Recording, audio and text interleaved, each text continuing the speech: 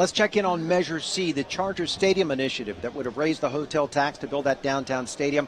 A lot of controversy behind this initiative. Again, it needs 2/3 vote to pass, not even close whatsoever, with the noes getting 60% of the vote in this measure. And then Measure D, known as the Citizens Initiative, it would build a downtown convention center. Right now, that's not passing either. It seems like neither one was really a popular idea. There was just too much. This was too complicated.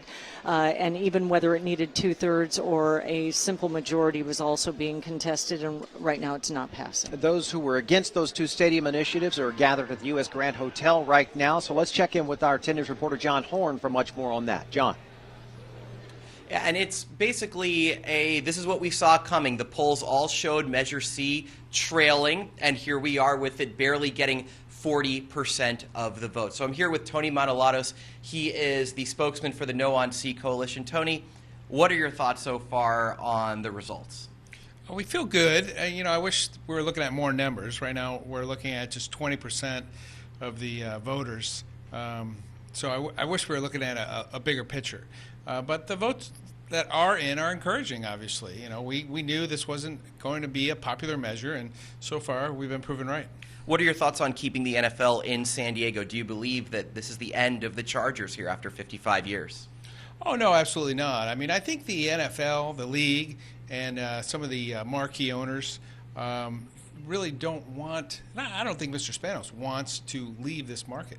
You got to remember, San Diego anchors a mega region of 9 million people. We have the biggest, busiest land border crossing in the world. I don't think this is a market they're interested in leaving. Big issue here, public money for a stadium. No on C, Tony has said that it's just a question of how you pay for it, so we'll see when the Chargers come back to the table. For now, live at the U.S. Grant, John Horn, 10 News. You're right, John. A lot of people will be looking at the Chargers, looking at the Spanos family. They have a long history here in San Diego, they've said, for a long time. Even during the 13, 14 years they've been trying to get a stadium that they want to stay.